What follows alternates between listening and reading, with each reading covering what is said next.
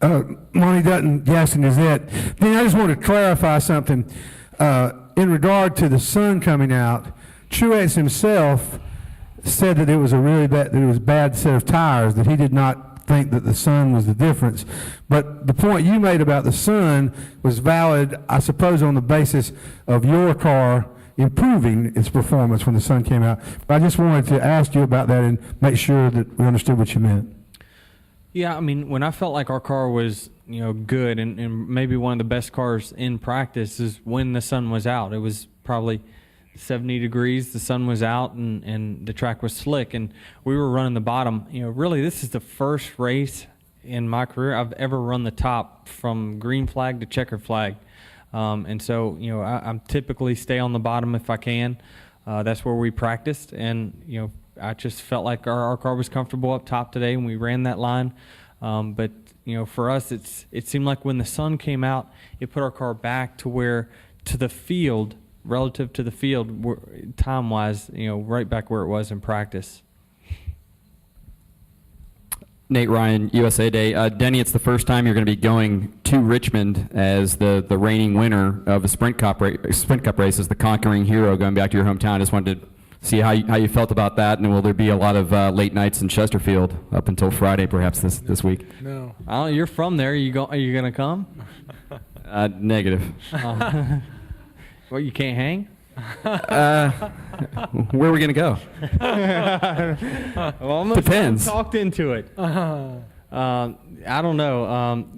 We've got a lot of stuff leading up. We have our big short track showdown coming up on Thursday. So we've got a lot of planning. I've obviously need to go to Richmond early to get some stuff done and schmooze some of our sponsors for that race for a few days. And so we're excited. I love going to Richmond anyway, but anytime you can go after winning the previous week, it makes it a little bit more exciting. So I'm excited about it. It's a big weekend for us next weekend, and obviously this is a great step to trying to get some promotion for that. Any other questions from the press box? Okay, we'll come back downstairs. We'll go to Stan, then we'll go to Jim, David, Bob, and Scott. Stan Creekmore with RPMtonight.com. This is for Darian Grubb. Darian, after looking at the weather this morning, how important did that make all the information that you all had accumulated on Friday? Because the weather this morning was a lot closer to what Friday's practices had been like, and I was just wondering, how important was that? It was pretty important because the forecast itself changed 10 degrees just in the matter of 24 hours, so we were trying to pretty much guess at what was going to happen. We were actually expecting it to be a little more sunny today than what it actually was, so the adjustments got toned down from what I was planning to do yesterday based on the qualifying and what we had planned to do leaving Friday. And then as we went through and saw the weather was kind of adjusting back to what we were good for in practice, I made smaller adjustments, and we made much smaller adjustments in the race than what we typically would because we didn't want to get too far away from our baseline.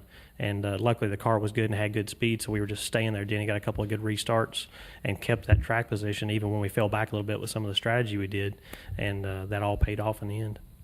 And I could have followed that up with Denny. Denny, in a racing standpoint, how important was Friday in the last minute again to what you saw on the track today?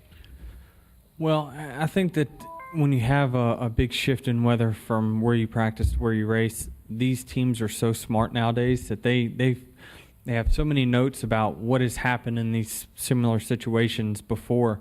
A lot of times it comes when during nighttime races we'll practice during the day, and then you kind of guess on what you got for, like last week at Texas, you race at night, but you practice all during the day.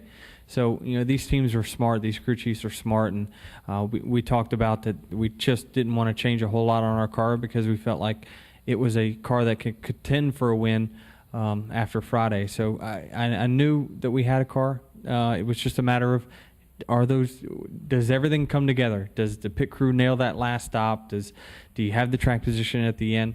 And if you do, then you put yourself in a good place to win, and that's what we did today. All right, we'll take our next question from Jim, then come up to David. Yeah, Jim Pedley with RacingToday.com. Denny, it looked like another one of those days where being out front in clean air was going to be all important. As you were moving in on Martin, did any concerns that you wouldn't be able to get past him once you got up to him just because you had the clean air? Yeah, it is, especially since we were running pretty much the same line all day. We were both running right around the wall, and I knew that the only advantage that I had is when his car, got so loose that last run, I was able to make up a lot of time on entry and a lot of time on exit because he was really fighting his car. And so really, as the driver behind, you can manipulate his car and make it worse for him by getting up close to him. And that's what I kind of did a few laps leading up to when we passed him, is that I tried to run as close up to him on entry as I could and as close on exit. And so it takes away rear grip, and to a car that's as loose as what his was, they have no choice but really to back off and not wreck their car. So we made that run, but what is negative about it is then now you're the lead car, and typically the second place car is a little tighter, so you fixed his adjustments by taking over the lead. So it's they got their car better, it looked like, as the run went on, and luckily we just barely had enough to beat them. Go ahead with your question, David. Yeah, David Newton, ESPN.com again for Darian. Last year, a lot of people said you were working for a 6-car team with Hendrick and Stuart Haas. Are you guys working with Michael Waltrip Racing like that? Is it more like a 6-car team, that type of shared relationship between the crew chiefs and all? It's a little bit similar, but not completely, because we're not running the same chassis and we're running the same engine package, but that's really the only thing. And then the rest of it's just the crew chief relationship. Chad Johnston, Brian Patty, and Rodney Childers are all good friends of mine. So having that one-on-one friendship is probably better than anything, because we actually communicate. We agree not to lie to each other. That's probably the bigger thing. Being honest, and I might not tell you everything, but I'll be honest with if you ask a question, and that's what we try to treat each other with respect. And we know what's going to help each other, but we still try to keep a few things under our hat to help each other win. Okay, we'll take our next question from Bob, then come up front to Scott. Bob Parker, Sporting News.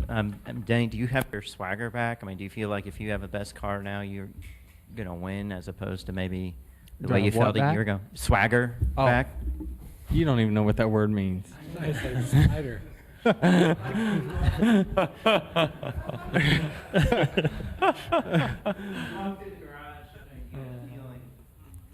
you have the feeling that, that if given the equipment that you're, I don't want to say unbeatable, but that it's everybody else's job to beat you, maybe kind of the way you felt 2 years ago compared to last year? Yeah, I mean, you're always more confident when you know that you've got cars that are capable of winning. When you know you got cars that's capable of running 10th, you're not as excited. You're not as upbeat and things like that. But you got to just take the weekend for what it is. And I personally am comfortable with myself as a driver. I know what my abilities are.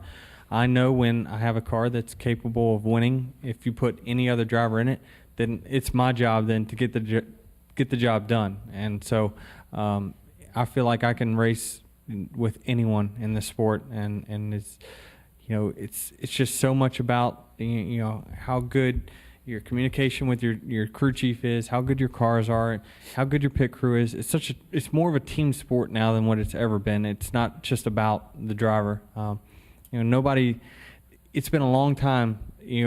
Crew chiefs have won races when they don't have the best car, but it's been a long time since the best driver took a 15th place car and won with it, based off of what he did inside the car. It's just so hard nowadays. The cars are running so fast that it's a lot of what happens in the shop that dictates how your weekend goes.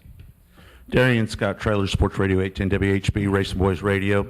The way last year ended, are you driven more this year? Are these wins more satisfying to you? And did you take anything that you learned over there at Stuart Haas because of the Hendrick involvement with that team and apply it towards your team now? Just talk about that and how much more satisfying maybe it might be this year, knowing how last year ended.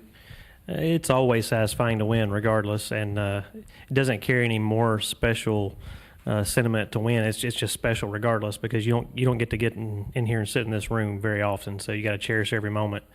The technology is drastically different between the organizations, so the actual lessons you learn and things, it's probably more the style of working, being able to manage people and get the best out of the people that are there. Now that I'm at Joe Gibbs Racing, I'm starting to learn those personalities and what I can get out of them. That's probably what I take from the previous organizations till now. There's no special feeling because we're beating those guys. There's special feelings. We beat 42 of them out there. So we just take pride in that, and we fight every week, and we show up trying to win, and we hope to and plan to. And if we don't, we're disappointed. We go back and work harder the next week. Any final questions? Questions from upstairs? All right. Denny, Darian, Thank you. JD, congratulations Appreciate it. on your win here at Kansas today.